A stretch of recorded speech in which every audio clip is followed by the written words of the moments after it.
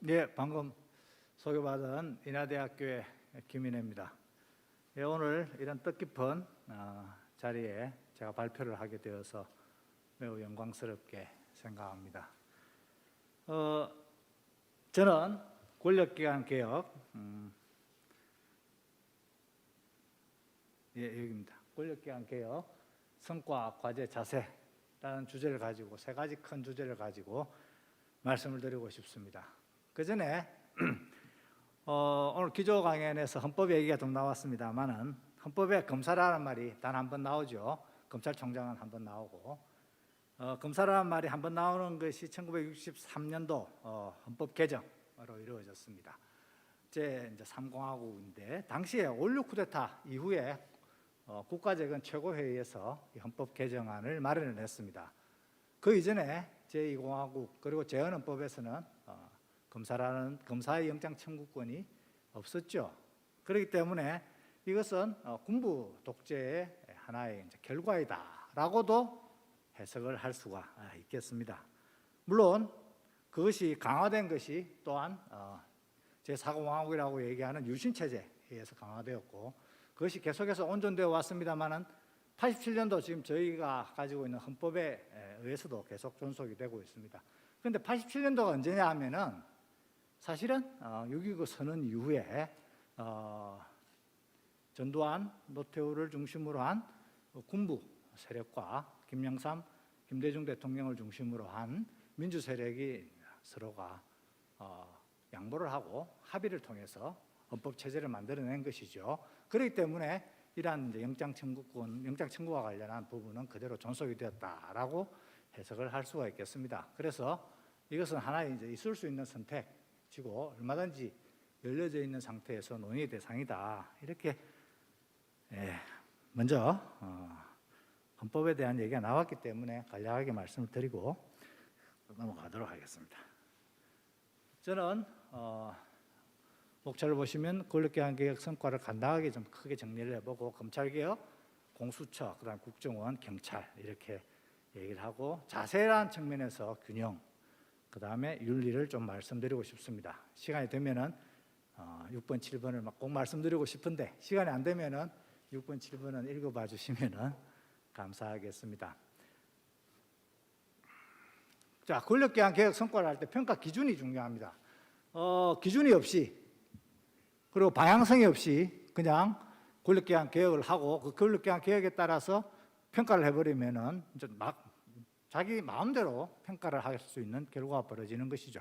그러면은 권력기관 개혁을 실제로 추진했던 사람들은 어떠한 생각을 가지고 있었느냐, 그리고 그 사람들이 도대체 맨 처음에 무슨 말을 했느냐 하는 것을 따져봐야 됩니다. 그것이 바로 2018년도 6월 달에 합의문이죠. 아주 유명한 합의문입니다. 그 당시에 검경수사권 조정과 자치경찰제를 동시에 실시한다는 내용이 들어가 있었는데 형식적으로는 청와대와 국무총리와 법무부 장관, 행안부 장관이 함께 한 것이죠. 최대의 평가 약속이고 그리고 대국민 선언이었기 때문에 이것이 기준이 될 수밖에 없다 이렇게 얘기를 할 수 있습니다. 당시에 여기에서 했던 것은 검경수사권 조정과 자치경찰제 두 개만 있었고 다른 검찰개혁 과제인 공수처라든가 그 다음에 법무부 탈검찰화 또는 국정원 개혁은 달리 법률로 추진되었기 때문에 이 기준에 따라서 일단 검찰개혁은 그리고 자치경찰제 개혁은 또 평가를 해볼 수가 있습니다. 이에 따르면은 이 합의문의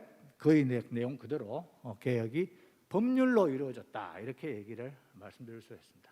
법률로 이루어진 점이 매우 중요하다 이렇게 말씀드릴 수가 있는데 이전까지 우리나라에서 이런 여러 가지 권력기관 개혁은 법률로 이루어지기보다는 각 기관들 사이에서의 합의나 또는 인사로 그런 개혁들이 추진되어 왔습니다. 그렇기 때문에 정권이 바뀐다든가 아니면 인사가 바뀌는 경우에는 권력기관 개혁의 성과가 다시 물어 돌아가는 없던 것으로 돌아가는 그런 문제점이 있었던 것이죠. 이 부분을 법률로 해냈다는 점에서 매우 큰 성과가 있다 이렇게 얘기를 할 수가 있겠습니다. 자, 간단하게 2018년도 6월 달에 합의문 내용을 보면은 여러 가지 내용이 나옵니다만은 역시 검사와 경찰의 상호 협력 관계를 규정하고 있는 것이 매우 눈에 띕니다. 지금도 여전히 검찰과 경찰의 상호 협력은 여전히 필요하죠. 여기에 더해서 공수처와의 또 협력도 여전히 필요합니다. 상호 지금 협력이 잘 안 되고 있는 것이 현실의 이제 문제점 중에 하나이기 때문이죠.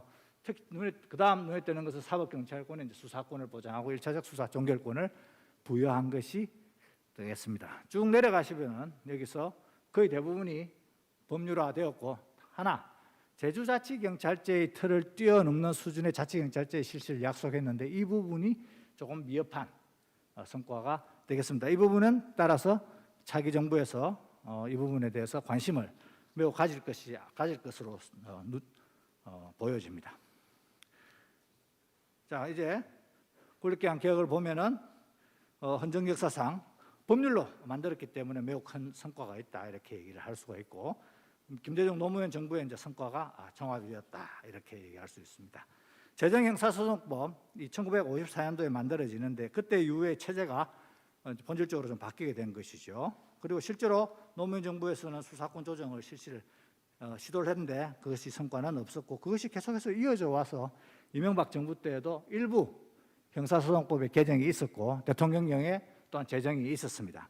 그리고 박근혜 정부에서도 대검 중수부 해체 또 특별감찰관제도 도입 등의 검찰개혁이 일부 계속해서 추진되어 왔다 이렇게 볼 수가 있겠습니다. 그렇다면 결국 김대중 대통령 이후에 약 20년 이상의 검찰개혁의 역사가 이제는 최종적으로 좀 정리되는, 법률로 정리되는 그런 이제 단계가 되었다 이렇게 얘기를 할 수가 있겠습니다. 다만 지금은 개혁이 이제 이루어졌기 때문에 안정적이고 국민들에게 큰 불편함이 없는 그렇게 개혁이 계속 진행되어야 된다 하는 점은 또 틀림없는 사실이 되겠습니다. 이 페이지는 문재인 정부의 권력기관 개혁의 성과를 표로 정리한 내용이니까 보시면 이해가 되실 겁니다. 자, 검찰개혁 성과와 관련해서 검경수사권 조정 2021년도 법률 개정으로 이루어졌었죠. 그리고 공수처 출범은 2021년도 출범이 됐고 반부패 기관 그리고 검찰 견제 역할을 하고 있습니다. 그리고 법무부의 탈검찰화 또 역시 충분히 진행되고 있습니다. 세 가지 모두 확실한 문재인 정부의 성과이긴 합니다만은 여전히 개혁을 추진한 쪽도 그렇고 개혁을 한 쪽도 불만이 있습니다. 검찰의 행태와 자세가 크게 변화가 없고 또한 검찰 조직의 변화도 크게 없습니다. 검찰개혁 과정에서 불협화음이 심각했고 그리고 정부와 검찰, 입법부와 검찰, 법무부와 검찰의 갈등이 계속해서 지속이 되고 있습니다. 특히 검찰에 대한 불만이 사라지지 않고 있는 이유는 검찰이 사법부의 구성원이라고 얘기를 하면서, 물론 사법부는 아닙니다만 준사법기관이라고 얘기를 합니다만 더 정확하게는 행정권의 일부죠. 행정부의 일부죠. 행정부의 일부입니다만 어쨌든 수사라는 것이 공정한 판단자로서의 역할이 매우 중요한데 그 공정한 판단자가 과연 지금 현재 공정하게 행동하고 있는가라는 광범위한 불신이 있기 때문에 지금 계속해서 검찰에 대한 불만이 나오고 있는 것이죠. 그렇게 되겠습니다. 이러한 부분들은 검찰 개혁이라는 큰 제도적 개혁 이후에 드러난 문제점으로서 이것들을 하나하나 현장에서 또한 그 다음에 실무를 하는 과정에서 변화를 끄집어내고 그 변화를 통해서 국민들이 개혁의 성과를 체감할 수 있도록 하는 것이 매우 중요하다라고 얘기를 할 수가 있겠습니다. 따라서 중요한 것은 현장의 변화 그리고 실무의 변화가 지금 현재 중요한 것이죠. 큰 틀에서의 제도 개혁은 이제 시작된 지가 1년도 채 되지 않았기 때문에 각종의 규정들을 지금 정비하는 것도 굉장히 쉽지 않은 그런 상태입니다. 그 규정들을 정비하면서 수사 역량을 높이고 또한 기소 역량을 높이고 양기관 또는 세 기관의 협조 관계도 높이면서 제대로 우리 사회의 정의를 실현하는 기관으로서의 역할을 해야 한다 이렇게 말씀드릴 수가 있겠습니다. 검찰개혁 이후에 향후 과제를 세 가지 정도로 말씀드리고 싶은데요. 첫 번째로는 수사절차법을 제정할 필요가 있습니다. 수사 절차를 법률로 규정하는 것이죠. 지금까지는 수사 절차가 사실상 블랙박스와 비슷해서 거기에 들어가는 순간 무엇이 벌어지는지를 검사들만 알고 경찰들만 아는 그런 관계였습니다. 따라서 피해자는 자기가 어떤 처분을 받을지 그리고 어떤 대우를 받을지를 전혀 알 수가 없는 것이죠. 그렇기 때문에 정보의 비대칭이 발생하게 되고 정보의 비대칭에 의해서 정보를 많이 가진 사람들이 권한을 당연히 행사하게 되는 겁니다. 그렇기 때문에 피해자는 사실상 처분을 받는 사람의 입장으로 전락하게 되고 시민이 아니라 백성이 되어버리는 그런 문제가 있는 것이죠. 이러한 부분을 비공개로 인해서 비공개와 블랙박스 문제이기 때문에 이 부분을 해결하기 위해서 투명하게 만들 필요가 있죠. 지금 현재는 그 내용 중에 일부가 대통령령으로 규정이 되어 있습니다. 그리고 몇몇 대법원 판례로도 나와 있습니다. 형사소송법에도 조금 나와 있습니다.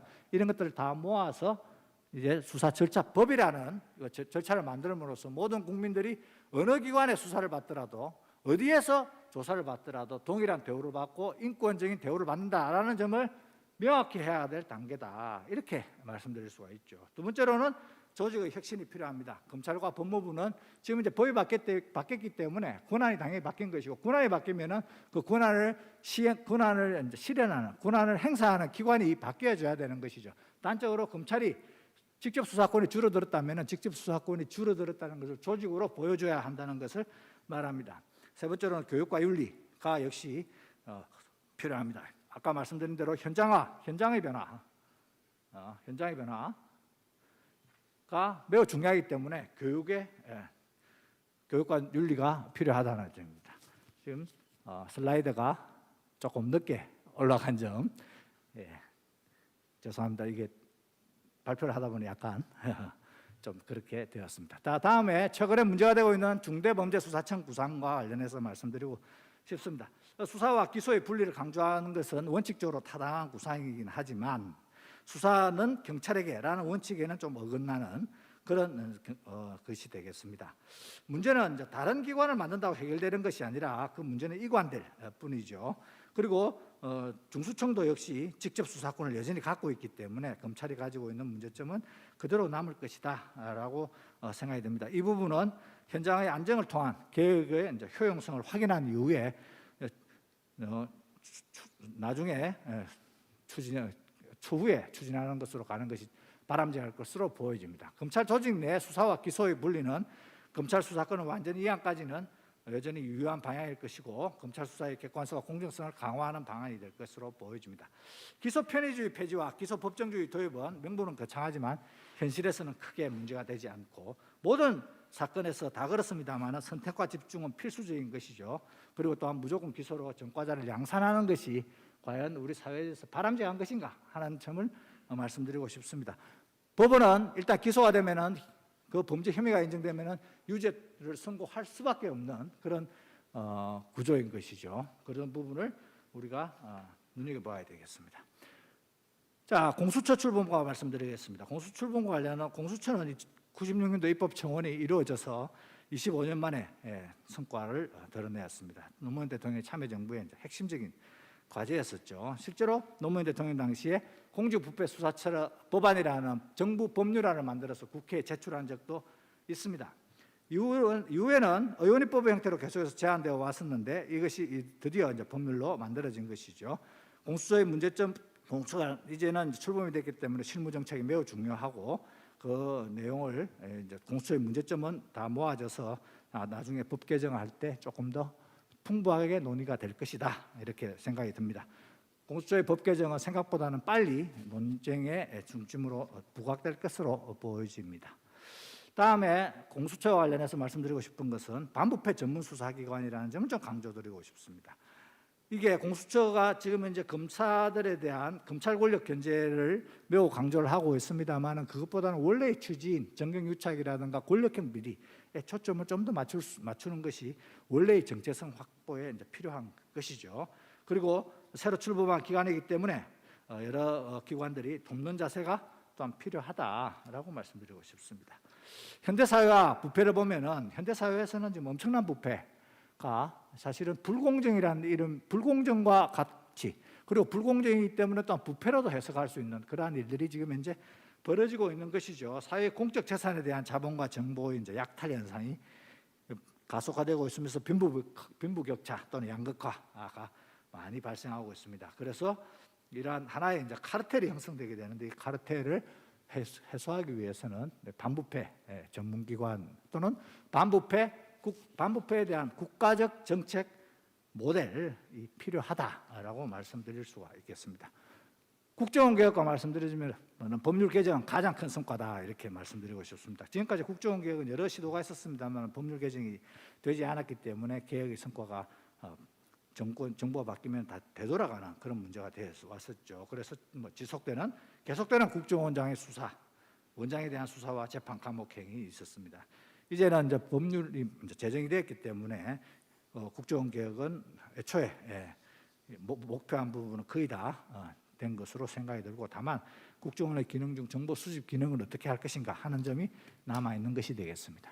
경찰 개혁과 관련해서는 첫 번째로 자치경찰제를 비록 낮은 수준이긴 하지만 도입했다는 점, 그 다음에 국가수사본부를 신설하여 행정경찰과 사법경찰의 분리를 꾀했다는 점, 다만 국가수사본부가 여전히 중앙집권적이라는 점은 남아있죠. 그 다음에 대공수사권을 이관받았다는 점, 이건 국정원 개혁과 관련이 있는 부분입니다. 그 다음 정보경찰과 경찰대를 좀 개혁했다는 점에서 매우 성과도 있고, 그것 또한 한계도 있는 그런 부분이 되겠습니다. 경찰개혁의 3대 원칙과 관련해서는 경찰 권력의 분산과 견제를 어떻게 할 것인가, 지금 14만 명 정도이고, 그 다음에 조금 더 지나고 나면 이 숫자는 더 늘어날 것으로 예상이 되는데, 거의 14만 명, 14만 명 되는 이 사람들을 어떻게 분산하고 견제할 것인가라는 부분, 그 다음에 지방자치 시대에 맞춰서 경찰자치를 어떻게 실행할 것인가, 그 다음에 권한을 많이 이양을 받는데 그때 새로운 기관을 만드는 것이 아니라 어떻게든 분산과 견제를 하면서 권력기관의 총량을 동결하는 그런 것들이 경찰개혁의 3대 과제가 되겠습니다. 경찰개혁의 과제 중에서 핵심 개혁 과제는 역시 자치경찰제다. 2018년도 6월달 합의문대로 이행이 되지 못했던 점이 가장 아쉬운 점이라고 보여집니다.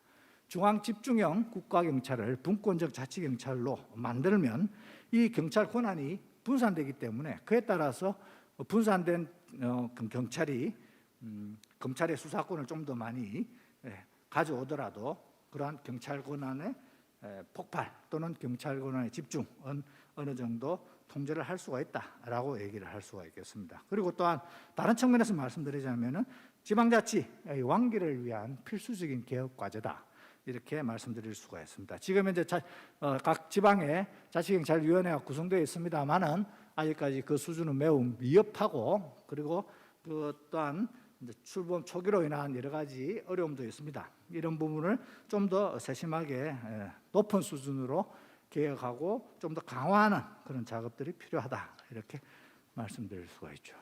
약 한 2분, 3분 정도 남았기 때문에 다행히 균형 있는 개혁과 윤리 있는 개혁에 대해서 간단하게 말씀을 드리고자 합니다. 검찰, 경찰, 공수처 행위는 다른 권력기관과의 균형이 필요합니다. 이 견제와 감시만큼 상호 협력은 매우 필요하죠. 아까 처음에 말씀드렸던 그 합의문에도 2018년 6월달 합의문에도 검사와 경찰의 상호 협력이 필요하다는 것을 강조를 하고 있습니다. 형사소송법도 역시 이 원칙을 강조를 하고 있습니다.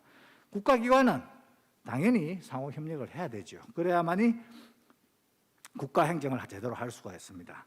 협력이 없다면 정의의 왜곡 현상이 발생하기 마련이고요. 그렇지만 권력기관의 행위는 또한 법원의 재판과 균형이 필요하고, 그다음 법원의 활동은 또한 반부패나 정부 혁신과 균형이 필요하고, 이 모든 것들은 사회개혁과 경제개혁 간의 균형이 필요합니다. 따라서 검찰개혁만 잘 되는 경우라든가 경찰개혁만 잘 되는 경우는 사실상 없다, 이렇게 얘기할 수가 있습니다. 사회적으로 부패가 창궐하고 불공정이 만연한 상태에서 검찰만 잘 개혁되고 경찰만 잘 개혁되는 그런 경우는 있을 수가 없다라는 점을 말씀드리고 싶은 것이죠. 이러한 종합적인 개혁을 생각하는 그런 내용이 좀 필요하다, 관점이 필요하다는 점을 말씀드리고 싶습니다. 그 다음 미래지향적인 정의가 필요하다는 점을 말씀드리고 싶습니다. 지금 현재 우리나라는 양극화가 심각해지고 또한 그 사회적으로 불공정이 만연한 상태에서 매우 높은 분노 또는 갈등의 사회가 되어가고 있죠. 그래서 초격차는 분노를 낳고 분노는 정의를 복수로 만들게 되는데, 이래 되면 과거지향적인 정의가 되게 되겠습니다. 좀 더 미래지향적인 정의를 좀 구상할 필요가 있다. 그렇게 해서 공정과 결합된 정의의 확립으로 좀 더 높은 수준의 공동체를 구성할 필요가 있다라고 생각을 합니다. 그 다음 권력기관 사이에서는 문제가 필연적으로 발생하기 때문에 상호 자제와 관용이 좀 필요하다라고 말씀드리고 싶습니다. 자제와 관용이 없으면은 당연히 서로가 갈등만 하는 그런 좀 문제가 생기는 것이죠. 그리고 남을 바꾸는 것은 매우 어려운 것이고 실제로 바뀌지도 않죠. 바꿀 수 있는 것은 오로지 자기밖에 없습니다. 이제 마지막입니다. 1분 정도면 끝날 것 같아요. 자, 윤리의 역할은 역시 매우 중요한 개혁 과정에서도 윤리는 큰 역할을 합니다. 첫 번째는 권한 남용을 억제한다는 점, 그 다음에 제도의 미비점을 또한 보완한다는 점, 그 다음 개인의 삶과 공적인 삶을 일치시키는 것이죠. 윤리라는 것은 어떠한 경우에도 필요한 것이고 어떠한 경우에도 요구되는 그런 것이다. 이렇게 얘기를 할 수 있습니다. 또한 윤리 없는 개혁은 위험하다고 생각합니다. 윤리 없는 개혁은 이제 폭주하게 되는데 윤리라는 것은 사회에 넘을 수 없는 선을 개혁에서 넘을 수 없는 선을 좀 말하는 것이죠. 시대 정신이라든가 건전한 상식 등이 되겠습니다. 윤리 없는 개혁은 또 보편적 가치를 침해하는 그런 문제가 있고 윤리 없는 개혁은 또 후속 작업을 어렵게 하죠. 사람들이 높은 수준의 그 행정이나 높은 수준의 행위를 하려면 윤리가 반드시 필요하다 이렇게 생각합니다. 같은 제도를 가지고 있는 나라가 그 행정 서비스나 그 다음에 그 나라의 수준이 다른 이유는 같은 제도가 좋은 것도 필요하지만 제도가 같다고 가정한다면 결국 사람의 수준이 중요한 것이죠. 그 높은 사람의 수준이, 인적 수준이 그 사회와 그 국가의 수준을 정한다고 본다면 결국 윤리가 매우 중요하다 이렇게 말씀드릴 수가 있겠습니다. 이상 발표를 마치도록 하겠습니다. 감사합니다.